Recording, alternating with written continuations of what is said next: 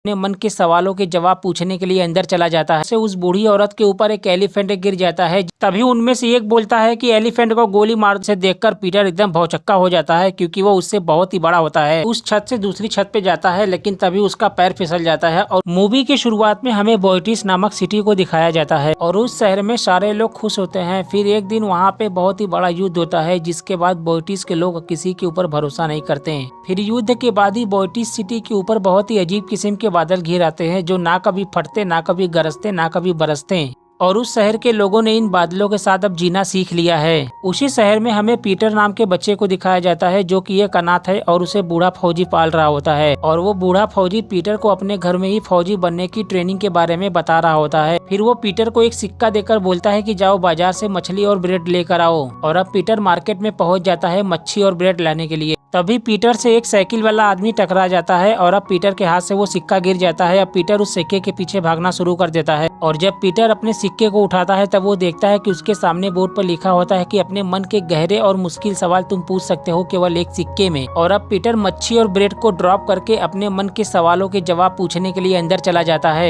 अब पीटर उस जादूगर औरत से कुछ पूछे इससे पहले ही वो जादूगर औरत उसके बारे में सब कुछ सच सच बताना शुरू कर देती है और ये सुनकर पीटर एकदम हैरान हो जाता है। साथ ही वो औरत पीटर से कहती है कि तुम इस एक सिक्के के बदले कोई एक बहुत ही ज्यादा इम्पोर्टेंट सवाल पूछो। तब पीटर उस औरत से पूछता है कि मैं अपनी बहन को कैसे ढूंढूं। वो औरत कहती है कि तुम एक एलिफेंट का पीछा करो। दरअसल पीटर और उसकी बहन युद्ध के टाइम पे ही बिछड़ गए होते हैं, इसलिए पीटर इस जादूगर से अपनी बहन के बारे में पूछ रहा होता है ताकि वो इसकी मदद से अपनी बहन को ढूंढ सके। और पीटर उससे कहता है कि इस शहर में एलिफेंट कहाँ है। वो औरत बोलती है कि ये मेरी प्रॉब्लम नहीं है। इतना बोलकर वो वहाँ से चली जाती है। अगले शॉट में पीटर उस बूढ़े फौजी विल्नालेट से कहता है कि मेरी बहन जिंदा है और मुझे एक हाथी का पीछा करने के लिए बोली है।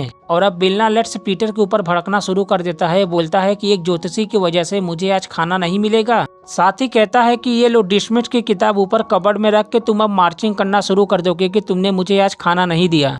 और उसी वक्त उसी शहर में एक जादूगर अपना शो कर रहा होता है, जिसकी शो में किसी को कोई मजा नहीं आ रहा होता है। फिर वो उसी ऑडियंस में से एक बूढ़ी औरत को चुनता है और वो अपनी स्टेज पर उसे बुला के उसके ऊपर जादू करके इस शहर को बिल्कुल पहले जैसा बनाना चाहता है। और अब वो जादूगर एक जादुई मंत्र पढ़ना शुरू करता है, जिसमें कोई खास सफलता उसे हाथ नहीं लगती है।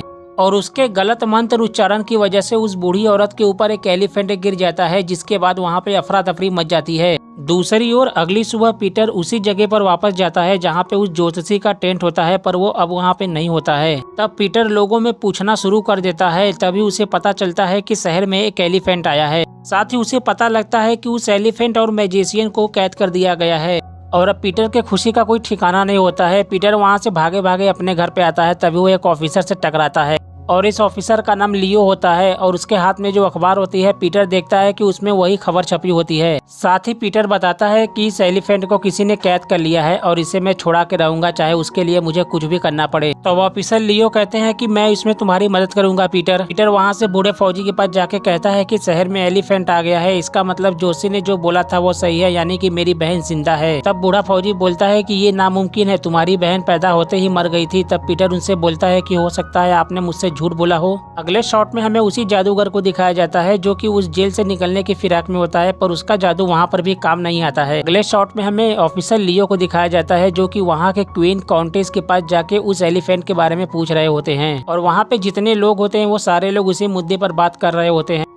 और तब प्रिंसेस काउंट बताती हैं कि कल की मीटिंग में इसका फैसला होगा कि उस हाथी को छोड़ना है या फिर मारना है। और साथ ही हमें पता लगता है कि प्रिंसेस काउंटेस कभी हंसी नहीं होती है, उनको हंसे हुए एक अरसा हो गया है। और अब उस एलिफेंट को बचाने के लिए ऑफिसर लियो के दिमाग में एक खुरापाती आइडिया आता है और उस शहर के किंग को एक लेटर लिख देते हैं कि शहर में एक एलिफेंट आया है। और तब हमें किंग के बारे में कुछ बातें पता लगती हैं कि किंग कभी बोइटिस सिटी नहीं आए हैं और वो बहुत ही ज्यादा मनोरंजन पसंद करते हैं। और जब उन्हें ये लेटर मिलता है कि बोइटिस सिटी में एक एलिफेंट आया है, वो तुरंत वहाँ से निकल जाते हैं बोइटिस सिटी के लिए। और अब ऑफिसर लियो प्रिंसेस काउंटेस से कहते हैं कि किंग आके उस एलिफेंट को देखना चाहते हैं, जिसके लिए अब तैयारियां शुरू हो जाती हैं। वहीं दूसरी ओर हम पीटर को देखते हैं कि भीड़ का फायदा उठा के वो महल में अंदर एंटर हो जाता है, लेकिन ऑफिसर लियो उसको पकड़ लेते हैं। और अब ऑफिसर लियो पीटर को अंदर लेकर जाते हैं ताकि पीटर को एलिफेंट दिखा सकें। तभी उस हॉल में किंग की एंट्री होती है, जिस पर सारे लोग अपना सिर झुका लेते हैं। और उनके आने के कुछ ही देर बाद उस एलिफेंट को शो ऑफ किया जाता है, जिसे देखकर पीटर को अब उम्मीद हो जाती है कि उसकी बहन उसे मिल जाएगी। और उस हाल में उस एलिफेंट की सारे लोग तारीफ कर रहे होते हैं, लेकिन उस एलिफेंट के ऊपर जो पेंट लगा होता है वो पेंट उसकी आंखों में चला जाता है, जिसकी वजह से वो चीख रहा होता है। लेकिन इस बात पे पीटर गौर करता है कि उसकी आंख में कुछ जरूर गया है, क्योंकि वो एलिफेंट बार बार अपनी आंखों को मसल रहा होता है। तभी वो एलिफेंट बेकाबू हो जाता है, जिसकी वजह से वहाँ पे भगदड़ मच जाती है। तभी उनमें से एक बोलता है कि एलिफेंट को गोली मार दो, और उन्हें पीटर रोकता है। साथ ही पीटर देखता है कि वो एलिफेंट अपना अभी आंख मसल रहा होता है। तभी पीटर को वहाँ पे पानी दिख जाता है, और अब पीटर उस पानी में अपना कपड़ा भेकर उस एलिफेंट का आंख साफ करता है, जिसकी वजह से वो शांत हो जाता है। और पीटर का ये हौसला देखकर वहाँ पे खड़े सारे के सारे लोग एकदम भौचक्के हो जाते हैं। साथ ही वो लोग तालियां बजाना शुरू कर देते हैं। तब पीटर के पास प्रिंसेस काउंटेस आके बोलती हैं कि मैं चाहती हूँ कि तुम इसी जगह पर रह के इस एलिफेंट का ख्याल रखो। तब पीटर कहता है कि नहीं, मुझे ये हाथी चाहिए ताकि मैं अपनी बहन को इसकी मदद से ढूंढ सकूं। तब प्रिंसेस काउंट पीटर से बोलती हैं कि ये नामुमकिन है, ये हाथी बहुत ही खतरनाक है, तुम इसे नहीं संभाल सकते अकेले। तभी किंग उनकी बातों को काटते हुए बोलते हैं कि मुझे नामुमकिन चीजें बहुत ही ज्यादा पसंद है। अगर पीटर नामुमकिन को मुमकिन कर दिखाए तो ये एलिफेंट इसकी, नहीं तो इस एलिफेंट को मैं लेकर जाऊंगा। साथ ही कहते हैं कि मैं यहाँ पे 3 दिन रुकूंगा, और उन 3 दिनों में मैं पीटर को 3 चुनौती दूंगा, जिसे उसे पूरा करना होगा। साथ ही वो एक चुनौती का वहीं पर घोषणा कर देते हैं। कहते हैं कि पीटर मेरे सबसे ताकतवर सिपाही से लड़ेगा, वो भी तलवार से, कल 2 बजे दोपहर में। अगले शॉट में हम देखते हैं कि ऑफिसर लियो पीटर को तलवार से ट्रेनिंग देना शुरू कर देते हैं, ताकि वो इस लड़ाई को जीत सके। वहीं दूसरी ओर एक अनाथ आश्रम में हमें एक बच्ची दिखाई जाती है, और उसका नाम अडेन होता है। और वो उसी अनाथ आश्रम में एक बूढ़ी औरत से बोलती है कि मैंने एक एलिफेंट का सपना देखा है, ऐसा लगता है कि वो एलिफेंट मुझे कहीं ले जाने आई है। अगले शॉट में हम देखते हैं कि पीटर अब एक मैप लेकर उस एलिफेंट के पास जाता है, ताकि वो उस एलिफेंट से अपनी बहन के बारे में पता कर सके उस मैप के जरिए। पर उसके हाथ वहाँ पर भी निराशा लगती है, इसलिए वो वहाँ से अपनी प्रैक्टिस करने के लिए वापस चला आता है। अगली सुबह हम देखते हैं कि पीटर के इस फाइट को देखने के लिए पूरे शहर से लोग वहाँ पे आए होते हैं। अब पीटर जिससे फाइट करने वाला होता है वो आदमी पीटर के सामने आता है, जिसे देखकर पीटर एकदम भौचक्का हो जाता है, क्योंकि वो उससे बहुत ही बड़ा होता है। और उस आदमी का नाम डिस्मिथ बताया जाता है, जिसे सुनकर पीटर वहाँ से भागना शुरू कर देता है, और अब डिस्मिथ भी उसके पीछे लग जाता है। और अब पीटर भागते भागते थक के एक जगह पर छिप जाता है और सोचता है कि मैं इससे कैसे बचूं। तभी पीटर को याद आता है कि जिस बूढ़े फौजी ने पीटर को पाला होता है उसके पास एक बुक है, और उस बुक में इस आदमी का जिक्र हुआ होता है। दरअसल उस बूढ़े फौजी के साथ डिस्मिथ भी लड़ा होता है जंग में, क्योंकि वो भी एक फौजी होता है।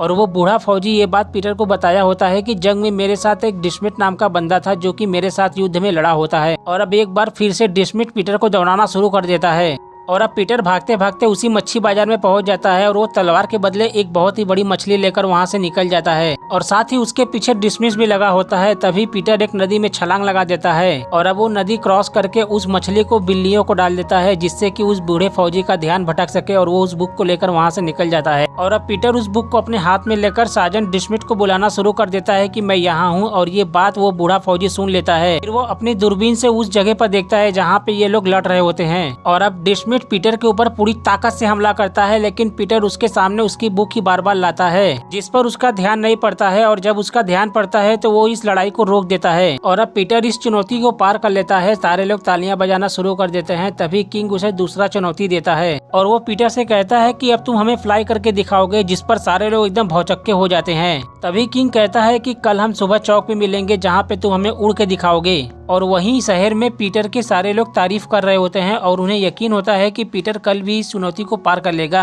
दूसरी ओर अनाथ आश्रम में हमें अडेन को दिखाया जाता है, जहाँ पे उसे पता लगता है कि शहर में एक जादुई तरीके से एलिफेंट आई है, और अब अडेन उस बूढ़ी औरत से जिद करने लगती है कि शहर चल के हम एलिफेंट देखेंगे, और उस पर वो मान जाती है। दूसरी ओर हमें उसी बूढ़ी औरत को दिखाया जाता है जिसके ऊपर एलिफेंट गिरा था, और उसकी वजह से उसकी टांगे टूट गई थी, और वो जादूगर को वहाँ पे बैठ के कोस रही होती है कि तुमने मेरे ऊपर एलिफेंट गिरा के मेरी टांगे चकनाचूर कर दी, तुम इस बात को मानते क्यों नहीं। और वो जादूगर उस बूढ़ी औरत को यकीन दिलाता है कि मैंने ये जानबूझकर नहीं किया, वो सिर्फ एक एक्सीडेंट था। अगले शॉट में हम देखते हैं कि पीटर अपने उड़ने को लेकर काफी ज्यादा परेशान होता है। तभी पीटर की मदद के लिए ऑफिसर लियो और उसकी वाइफ आती हैं, और वहीं दूसरी ओर बूढ़ी औरत और अडैन भी शहर में आ चुके होते हैं। बूढ़ी औरत अडैन से कहती है कि जब तुम एलिफेंट देख लोगी तो हम लोग सीधा घर चले जाएंगे। वहीं अगली सुबह हम देखते हैं कि इस चुनौती को देखने के लिए पहले से भी ज्यादा भीड़ इकट्ठा हुई होती है और हम देखते हैं कि पीटर वहाँ के सबसे ऊंची इमारत पे खड़ा होता है ताकि वो वहाँ से छलांग लगा के अपने आप को साबित कर सके। और पीटर को उड़ते हुए देखने के लिए वहाँ पे काफी सारे लोग आए होते हैं, जिनमें से वो बूढ़ी औरत और अडैन भी होती हैं। और हम देखते हैं कि पीटर उस छत से दूसरी छत पे जाता है, लेकिन तभी उसका पैर फिसल जाता है और उसे गिरता सारे के सारे लोग देखकर एकदम हैरान हो जाते हैं। लेकिन वो छत को पकड़ लेता है, जिसकी वजह से वो वापस से ऊपर खड़ा हो जाता है और पीटर कुछ ही देर में उस पॉइंट पे खड़ा हो जाता है जहाँ से उसे छलांग लगाना होता है। और अब पीटर वहाँ से कूद जाता है और जब पीटर काफी तेजी से नीचे आ रहा होता है तभी वो अपने बैग का पैराशूट खोल देता है, जिसकी वजह से वो हवा में उड़ना शुरू कर देता है, जिसे देखकर सारे के सारे लोग काफी ज्यादा खुश हो जाते हैं और वो तालियां बजाना शुरू कर देते हैं। और हम देखते हैं कि पीटर को उड़ता देख वो बूढ़ा फौजी बिल्ला लेट्स भी काफी ज्यादा खुश हो जाता है। तब वो किंग पीटर से कहता है कि तुम अब 2 चुनौती पार कर चुके हो, सिर्फ एक कदम पीछे हो अपनी इस एलिफेंट को पाने के लिए। तब किंग पीटर से कहता है कि तुम्हारी तीसरी चुनौती यह है कि तुम्हें काउंटेस को हंसाना है। और इस चुनौती को सुनकर सारे के सारे लोगों के पैरे तले जमीन खिसक जाती है, क्योंकि काउंटेस आज तक हंसी ही नहीं होती है जब से उसका भाई मरा होता है। और अब सारे लोग वहाँ से जाना शुरू कर देते हैं। तभी अडैन उस एलिफेंट को देखकर अब उसके पास चली आती है और एलिफेंट के दूसरी ओर पीटर खड़ा होकर ये कह रहा होता है कि लगता है इस बार का चुनौती सचमुच नामुमकिन है, क्योंकि काउंटेस कभी नहीं हंसती। तभी अडैन बोलती है कि मैं तुम्हें चुटकुला दे दूंगी, लगता है तुम्हें मजाक वजाक करने की आदत नहीं है। और जब ये लोग बात ही कर रहे होते हैं तभी वहीं पर वो बूढ़ी औरत आके बोलती है कि जब तुमने एलिफेंट देख लिया है तो अब हम घर चले जाएंगे। वहीं दूसरी ओर हम देखते हैं कि बिल्ला लेट्स पीटर से कहता है कि तुम सही थे, तुम्हारी बहन जिंदा है। साथ ही पीटर बिल्ला लेट्स को चुटकुला सुनाना शुरू कर देता है और अपना प्रैक्टिस भी कर रहा होता है ताकि वो कल काउंटेस को हंसा सके। और वहीं जेल में से जादूगर पीटर को देख रहा होता है। तब जादूगर उस बूढ़ी औरत से बोलता है कि मैंने आपसे झूठ बोला था, मैंने ये जानबूझकर किया था। वो अपनी गलती मान लेता है। साथ ही कहता है कि मैंने सबको खुश करने के लिए वो जादू किया, लेकिन मैंने सब बिगाड़ दिया। और अब पीटर अगली सुबह काउंटेस को चुटकुला सुनाना शुरू करता है, जिस पर उसे हंसी ही नहीं आई होती है,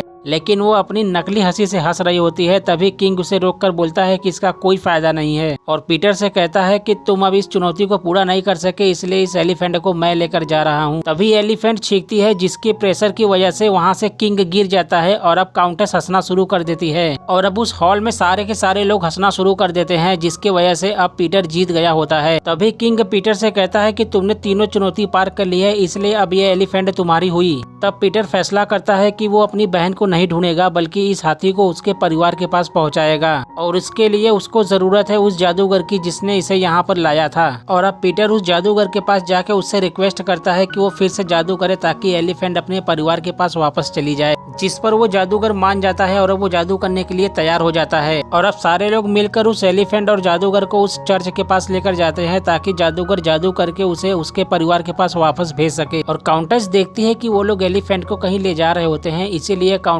उस बूढ़ी औरत को लेकर वहाँ पे पहुँच जाती है। दूसरी ओर विल्ला लेट्स भी देख रहा होता है कि वो लोग एलिफेंट के साथ कहीं जा रहे हैं, इसलिए वो भी अब घर से बाहर निकल जाता है ताकि वो भी उनके साथ मिलकर वहाँ तक जा सके। और अब सारे लोग एलिफेंट के साथ चर्च के पास पहुँच जाते हैं। तब जादूगर जादू करना शुरू कर देता है और साथ ही सारे लोग उस पर यकीन कर रहे होते हैं ताकि वो इस नामुमकिन काम को मुमकिन कर सके। और तब हम देखते हैं कि वो एलिफेंट कुछ ही देर में वहाँ से गायब हो जाता है और इसी जादू के साथ बोटी सिटी के ऊपर जो बादल घिरे होते हैं वो हटना चालू हो जाते हैं। और काफी अरसे के बाद बोटी सिटी में एक बार फिर से सूर्य की किरण दिखाई देती है, जिसके बाद सारे लोग खुश हो जाते हैं और एक दूसरे के ऊपर भरोसा भी करने लगते हैं। तब अडैन पीटर के पास आके बोलती है कि वो एलिफेंट तुम्हारी मंजिल तक तुम्हें ले जाने के लिए आई थी, तुम गए क्यों नहीं। पीटर बोलता है कि ये करना ज्यादा जरूरी था। और तब अडैन के पास वो बूढ़ी औरत आके बोलती है कि अब हमें चलना चाहिए अपने घर की ओर। तभी पीटर के पास वो बूढ़ा फौजी बिल्ला लेट्स भी आ जाता है, जिसे वो बूढ़ी औरत देखकर पहचान जाती है। तब पीटर को पता लगता है कि अडैन दरअसल उसकी सगी बहन है और पीटर अडैन को पाके बहुत ही ज्यादा खुश हो जाता है। और जादूगर उस बूढ़ी औरत से अपनी गलती के लिए माफी मांगता है और साथ ही वहां से चला जाता है। और साथ ही हम देखते हैं कि अब बोटी सिटी में पहले जैसी खुशियां वापस आ चुकी हैं। ये लोग एक दूसरे के ऊपर भरोसा करके एक साथ रहना शुरू कर देते हैं और ये शानदार कहानी यहीं पर खत्म हो जाती है। उम्मीद करते हैं कि आपको हमारी मेहनत पसंद आई होगी। अगर वीडियो अच्छा लगा हो तो वीडियो को लाइक करें, साथ ही ऐसे ही मूवी एक्सप्लेनेशन देखने के लिए हमारे चैनल को सब्सक्राइब जरूर करें।